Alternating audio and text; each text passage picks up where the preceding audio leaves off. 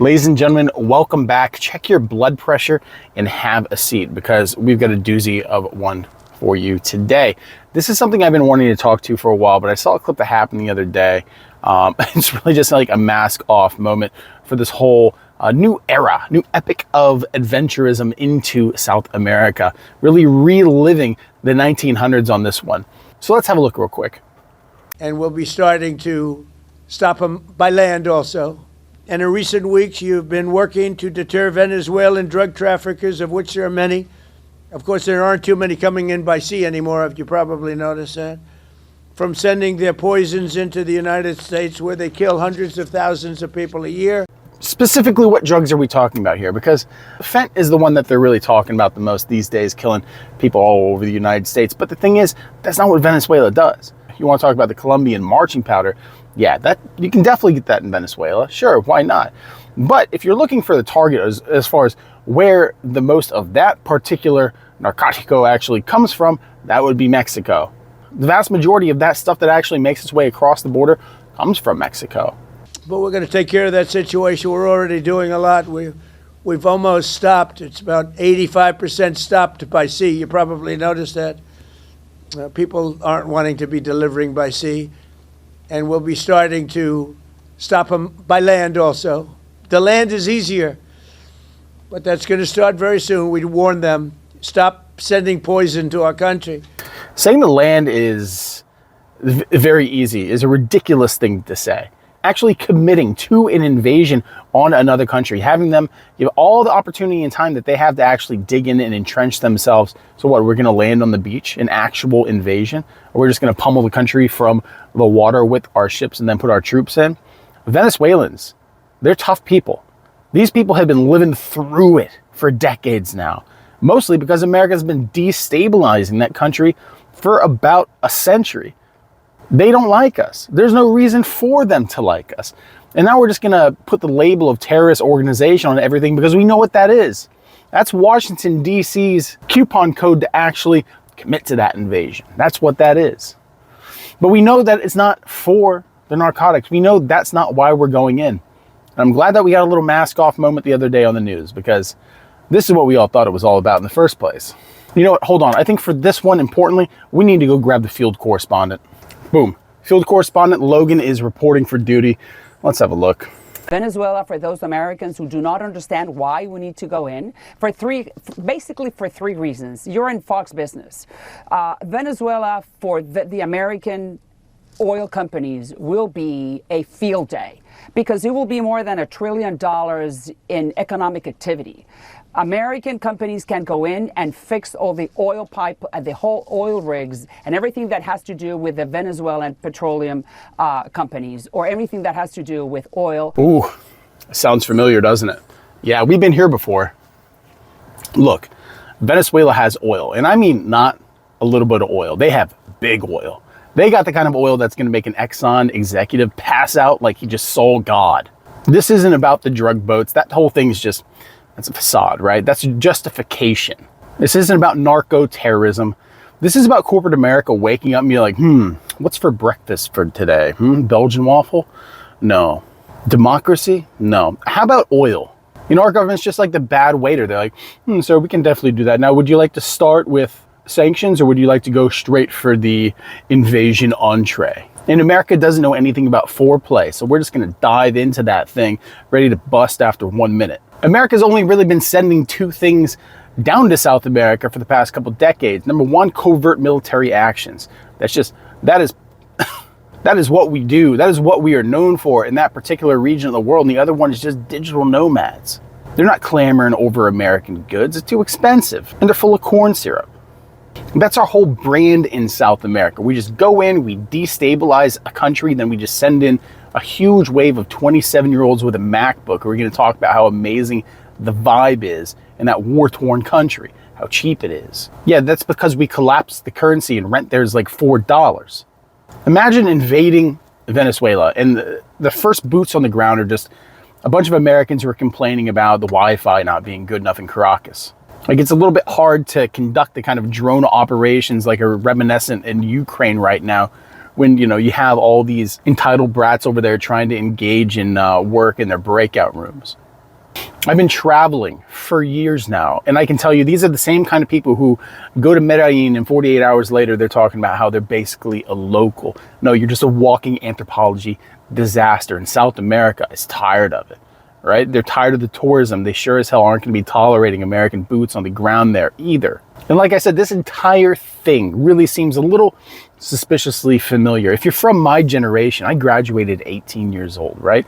I was in high school. I was in gym class, load up the squat rack when the news came in that the planes hit the towers, right? This kicked off the whole global war on terrorism thing. And what I mean by that is the economic bonanza that was the military-industrial complex and the boom in private security. That's exactly what we're going for now in this. Just at least we're a little bit more in the open with it. This is just a big deja vu, a little Iraq style. And of course, we all remember how that went.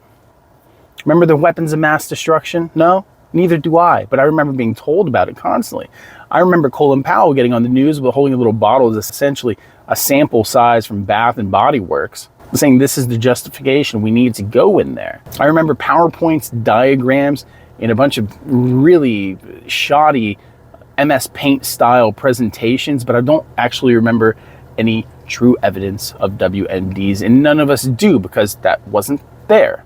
But when you have a stoic leader, someone like Colin Powell, I don't know who that's going to be in this generation, sitting up there holding up their little talcum powder and saying, like, well, this is why we need to invade Iraq, right? The kind of purchasing power that you have in this generation where everyone's kind of obsessed with a cult-like tribalism, it's going to be a go. Because Venezuela is essentially just a copy and paste, right? It feels like the same script. Suspicious behavior, suspicious boats, threats to the region. Yeah, I remember this movie, and I think we all do. It's hard to forget. It's called Iraq, the United States' most expensive oopsie. You had 15 years later, it's just $1 billion missing, and you got in the entire country trying to Google where the hell Fallujah is. But like I said, the parallels on this one are just a little too on point. Resource-rich country? Check. Military buildup disguised as precise operations? Check. Oil companies circling the map like they're choosing seats at a wedding? Check. It's just a shoddy installment of the original, which was good and bad at the same time. The Iraq and Furious essentially just become Iraq 2, Venezuela Drift. And I know for a fact that movie is going to be terrible. But the thing is, on this, the empire, the American empire, is our eyes are just tired. We're sick of this. Every day it's something new. It doesn't stop. And now we're going to commit to a ground war in South America. And it's the same promises that we had from Iraq, right? It's going to be shock and awe. We're going to be in and out. We're going to be done by Christmas. 10 years later, thousands of lives later, we leave a country in a power vacuum that just has something worse grow up out of it. Like I said, all this is familiar, and we know this playbook, but for some reason, people are like, well, this, we got to stop. We got to stop the Chinese drugs that come from Mexico coming from Venezuela. What?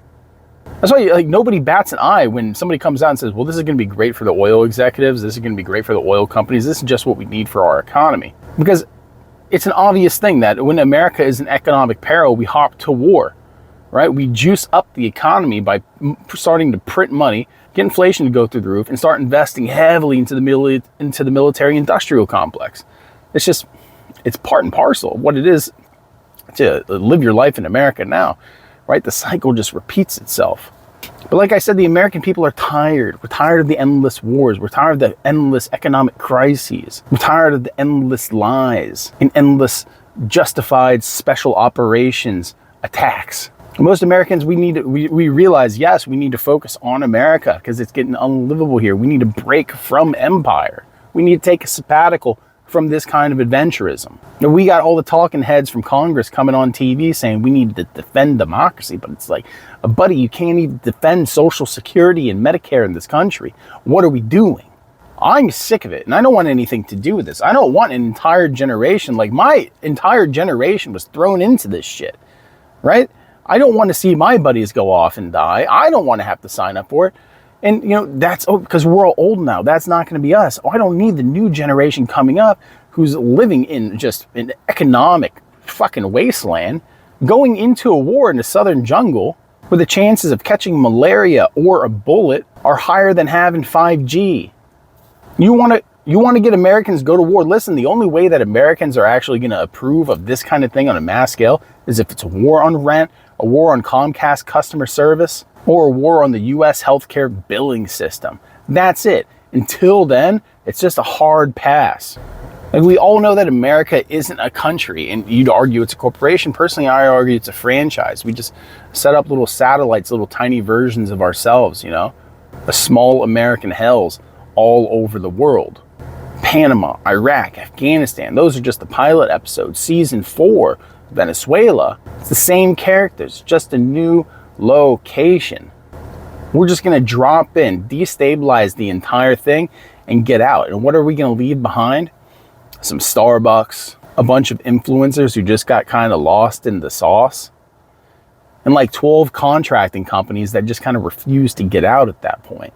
But at least maybe we'll get a puppet government that's going to, you know, give us enough oil that what we're going to drop the price of gas by 2 cents. It's not worth it. Not for another war, not for the amount of debt we're going to go into, not for the amount of lives that are going to be lost on both sides, because we don't want beef with these people. Why would we? It's Venezuela. Who cares? Are they a threat to national security? If you're going to say that they're a threat to national security because their WMD is a drug that's made, produced, and smuggled into the country from Mexico, then who's falling in line with this? I mean, they're saying that the Venezuela thing is going to be limited, short-term, you know, really precise operations. Like I said, we've heard this before. We know that it's simply going to drag on, because that's how Iraq started. And these limited engagements last longer than some religions. So here we are again with this whole thing. It's like going back in time. That's what it feels like. You know, we hear the war drums beating. We hear the powerful speeches that are being made on the news and in front of troops. The satellite photos that should be in 4K, but they're still blurry, very pixelated, with big red circles, you know, around it, very vague targets. The empire on this one is just on autopilot, right? The corporations are sitting there drooling, and all the politicians are just kind of practicing their faces. I know, I remember them. Remember, we really regret the loss of life. Those faces. And Venezuela is just next on the menu, and there's always going to be one after that, because America has a war cycle, because it needs it, because our economy cannot thrive without the destruction of other countries. And that's exactly what we're seeing here, because when America wants something, we don't ask for it, right? We just park our carriers on the beach and smile. So buckle up on this one, because Venezuela's next on the American vacation package that is the current empirical adventurism. And I'm not happy for it, you know, and I don't think anybody's really happy for it, right? This is like an all-inclusive regime change spa or resort, you know, hosted by the CIA, sponsored by Chevron. The internet's going to be a buffet of nightly drone footage, you know, leaked footage of firefights, dead bodies everywhere. It's all real familiar, isn't it? That's it. God bless America. God bless whatever country we decide to invade next, because they're going to need it. And right into the holiday season, this is just what we need. You know, the Christmas invasion of Caracas. Sounds lovely. Plunged into another decade of violence, war, turmoil, and economic failure. What can go wrong? If you're still here at this point, ladies and gentlemen, like and subscribe. Think about becoming a member. I do not like this. I'm a veteran. I was a Marine. I don't want this. I don't see any justification for this, except justification that is lies. That's all that I'm seeing here. Tell me if I'm wrong, right? Tell me if the world really benefits from this. Right? I know a lot of you just say it as, well, you know, it's a communist country. Yes, so be it. Let them be communists. Let them do their thing. How does it actually affect us? How? Because I don't see it, and I want to know. But think about becoming a member. Give a donation to the channel. Always great. Stay sane out there, everybody. And I guess prepare for the worst, because it's getting bad. But Christmas is almost here, right? Black Friday, that's today. Cyber Monday this weekend. So go out there and spend your money that you don't have. Go ahead and get in debt to make a bunch of ungrateful children scoff because you couldn't afford the name brand, whatever gadget that you know they were really wanting. Who really cares? Let's all watch some football and stuff our faces right? Let's boycott another company because that's really helping. And I guess invest in Lockheed Martin and Oracle because, I guess we should all just kind of be chasing the military industrial complex bag at this point. But have a good one, guys.